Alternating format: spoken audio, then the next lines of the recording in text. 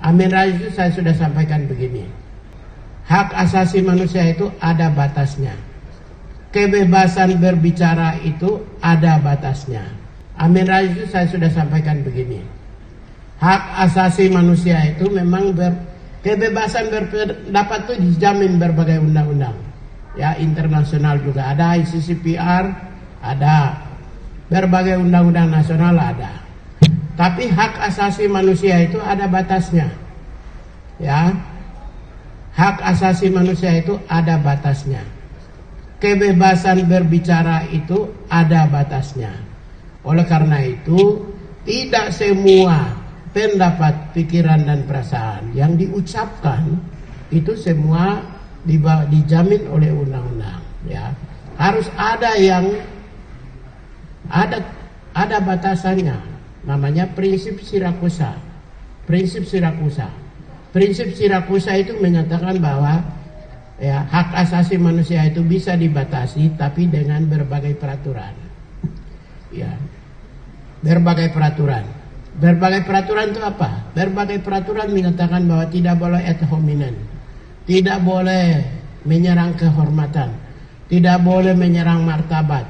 Tidak boleh menciptakan instabilitas nasional. Tidak boleh menyerang suku, agama, ras, antar golongan. Jadi kalau tindakan-tindakan ad hominem itu bertentangan sehingga sudah berbagai regulasi nasional maupun juga internasional, terutama ICCPR pasal 19-21 itu sudah diatur. Sehingga apa yang disampaikan oleh Pak Amin Rais itu tidak serta-merta dijamin oleh konstitusi hak asasi manusia.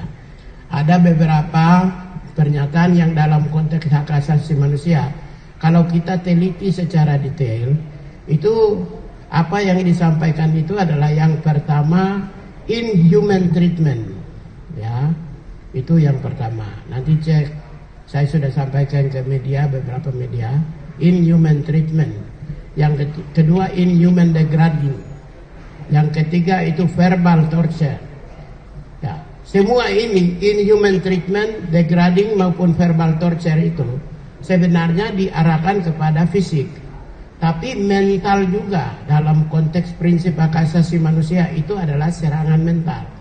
Kekerasan verbal itu juga serangan mental. Mengandung unsur serangan mental, serangan fisik, serangan mental dan serangan jiwa maupun ancaman-ancaman terhadap martabat dan moralitas individu.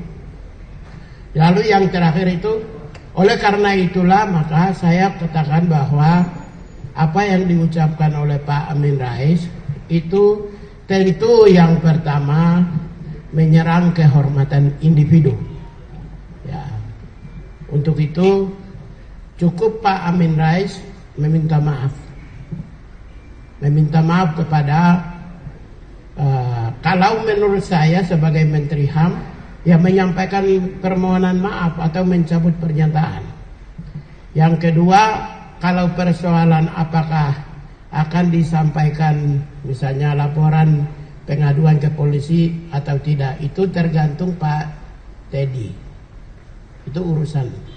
Lalu sebagai Menteri HAM saya meminta Kementerian Komunikasi dan Informasi tidak memiliki posisi untuk melaporkan Amin Rais.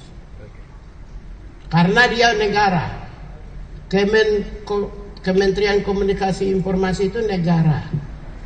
Ya, saya Menteri Hak Asasi Manusia, ya, sebagai wakil dari pemerintah, ya, saya menyatakan negara tidak boleh memenjarakan rakyat, termasuk Amin Rais. Tapi Teddy boleh, karena ini kan individu, serangan kepada individu. Tapi negara tidak boleh, ya. Jadi Kementerian Komunikasi dan Informasi tidak boleh melaporkan Amin Rais ke polisi. Tapi kalau Teddy boleh.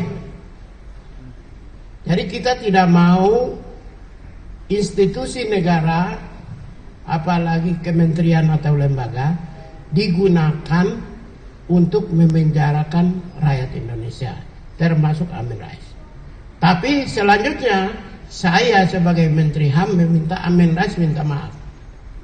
atau minimal paling mencabut pernyataannya. Itu tidak elok, tidak bermartabat itu. Serangan yang mengarahkan langsung kepada individu itu tidak bermartabat. Kalau mau kritik kinerja aja, nggak apa-apa. Kritik kinerja saja, tidak masalah. Kritik kebijakan aja nggak masalah. Itu, ya, jelas ya. Saya pikir itu yang kedua. Yang ketiga, produksi video-video lama yang dimiliki oleh para pejabat itu tidak boleh. Untuk itulah dalam rancangan undang-undang hak asasi manusia kita masukkan pasal khusus mengenai right to be forgotten. Right to be forgotten itu seseorang yang korban, ya, korban citra buruk akibat pemberitaan media di masa lalu, ternyata yang bersangkutan tidak pernah bersalah atau tidak melakukan perbuatan bersalah, itu dia bisa meminta untuk hapus. Ya, pasal itu juga kita masukkan. Jadi misalnya seseorang dulu diduga sebagai atau melakukan sesuatu berperkara, kemudian di pengadilan tidak terbukti, tapi media sudah menvonis yang bersangkutan sudah salah menurut media dan oleh publik. Tapi kan itu jejak digitalnya muncul di kemudian hari, 5 tahun kemudian, 10 tahun kemudian. Nah, pasal itu kami masukkan untuk menghapus, hak untuk menghapus. Hak untuk menghapus. Yang bersangkutan bisa meminta pengadilan untuk menghapus hak itu, yaitu right to be forgotten. Jadi kalau di pengadilan ternyata tidak terbukti yang bersangkutan bersalah, tapi karena media sudah memvonis dia bersalah, kemudian tersimpan dalam dokumen, tersimpan di digitalnya, itu bisa dihapus. Karena bagi orang-orang yang dinyatakan tidak pernah bersalah di masa lalu. Untuk itulah atau orang-orang yang dilabeli sebagai orang bersalah atau orang jahat, padahal tidak pernah melalui proses peradilan, ya. Itu seseorang yang daycare di Jogja ini, Jogja ya? Ya. Baik, terima kasih. Hari itu juga saya perintahkan tim Kementerian HAM turun ke cek dan mereka sudah datangi. Dan saya tinggal tunggu laporan masuk hari ini. Tinggal sampaikan kepada saya dan itu menjadi perhatian. Dan Presiden sendiri sudah menyatakan akan memberi perhatian terkait dengan daycare. Ya, di waktu tanggal 1 Mei, Hari Buruh Internasional, beliau telah menyampaikan akan memberi perhatian khusus terhadap yang terkait dengan daycare. Kalau Kementerian HAM sudah menangani dan sudah turun langsung di lapangan di Yogyakarta, hari itu juga kemarin tinggal laporan dari kantor wilayah Jawa Tengah hari ini masuk dan kita akan sampaikan melalui rilis terkait dengan daycare. Terus situasi yang ada di Papua Pak, saat ini gimana Pak? Kalau situasi yang ada di mana? Yang di puncak? Kalau puncak Kementerian HAM sudah ada di lapangan. Sekarang ini kebetulan ada di puncak.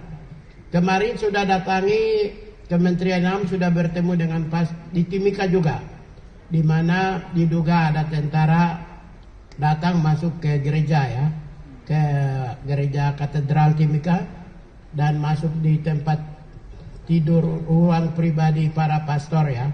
Kementerian HAM sudah lakukan pertemuan dengan pihak gereja. Sudah juga lakukan pertemuan dengan pihak aparat TNI juga sudah lakukan pertemuan. Dan sekarang setelah dari Timika mereka ke puncak. Jadi mereka ada di lapangan dan saya tunggu laporan dari mereka. Kita akan sampaikan. Kan yang di sini muncul ini kan perbedaan jumlah korban.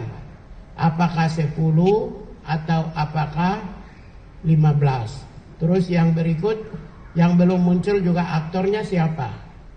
Nanti dipastikan aktor itu penting untuk sebagai bagian dari pertanggungjawaban atas perbuatan. Begitu.